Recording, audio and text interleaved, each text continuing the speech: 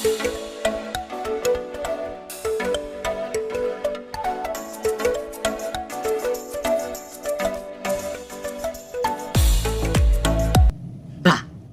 awkward bayot, hindi bagay sa iyang mag-model, mag-aura-aurahan bayot.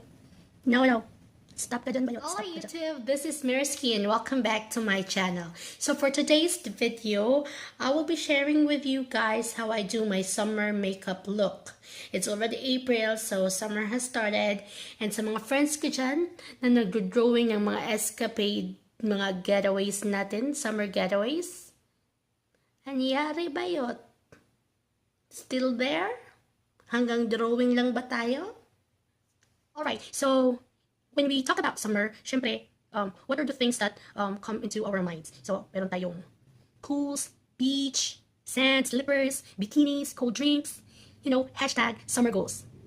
But then, we also have to consider that we have the sun, ang haring araw. So, syempre, dapat natin i-take note that we have to keep ourselves hydrated. So, we drink a lot of waters. So, we drink a lot of water, and then, maglagay tayo ng moisturizer sa skin natin. Kahit, sobrang init, meron pa rin naman tayong hydration sa ating face. And also, the very important thing is, we have to protect our skin from the ultraviolet rays of the sun. So, dapat, mag-sunscreen tayo. Mag-sunblock. So, meron ako ditong sunblock. Ito. So, this is from Quick FX. I'm not sure. Yeah. I'm not sure how much is this. Alam nyo guys, sobrang makakalimutin talaga ako. And, sobrang maraming nga moments. Alam nyo na, pag tumatanda. Pagpasensyahan nyo na. Without further ado, let's proceed with the video. This is my bare face. Ayan. So, nagilamos lang ako. Naglagay lang ako ng moisturizer. Yes, naglagay ako ng moisturizer. Pero, gusto ko pa rin mag-spray.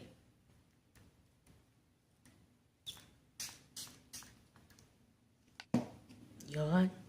Char. Fresh. So after spraying, you have to keep it dry. Let it basta hayaan mo siyang mag-dry sa mukha mo.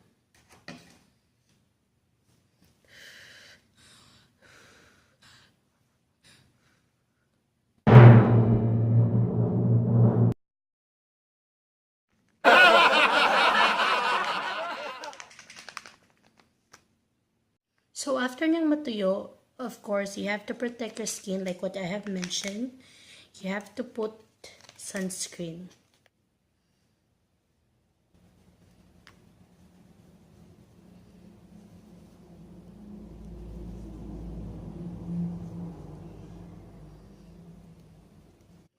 Ayan, so after nung sunscreen, we will have to put primer.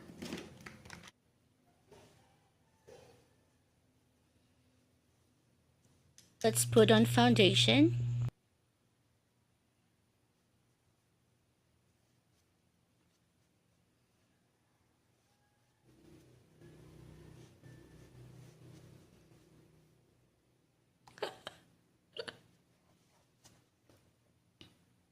Okay, so after foundation, kung gusto nyong mag-concealer kayo. Pero ako, for now, I will not be using concealer kasi parang sakto lang naman yung tulog ko. So,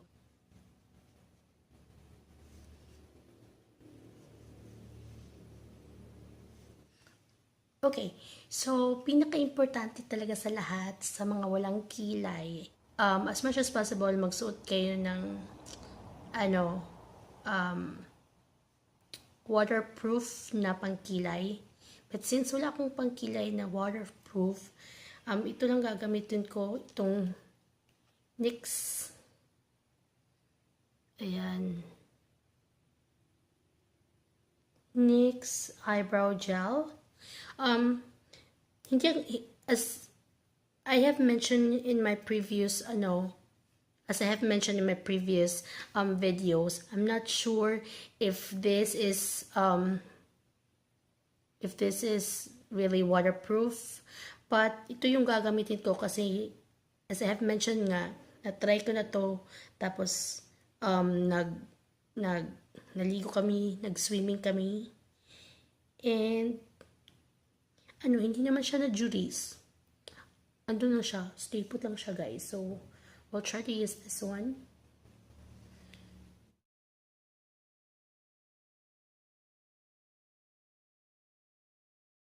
Like, let's proceed with the eye makeup.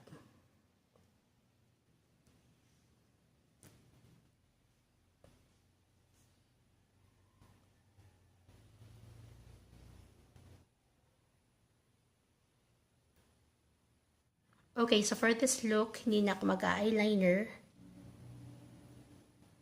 Pero wala akong pilik mata eh. So,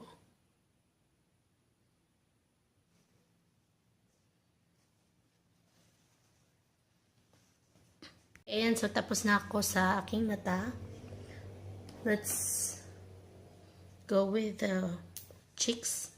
So, ito yung gagamitin ko. Mag-cheek tint lang ako.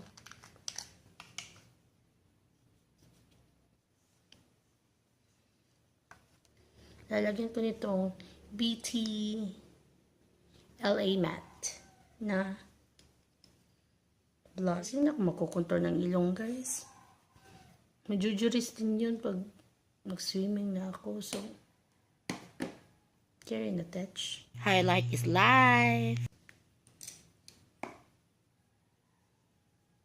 And then, malapit na tayong matapos. Lipstick na. Ito yung pinili kong shade. Parang orangey siya. I think yung mga lipstick na bagay tuwing summer is yung parang nudes, yung pinkish, yung mga orange tones. So, yun lang. Yun yung gusto kong mga shades pag pag summer. Okay.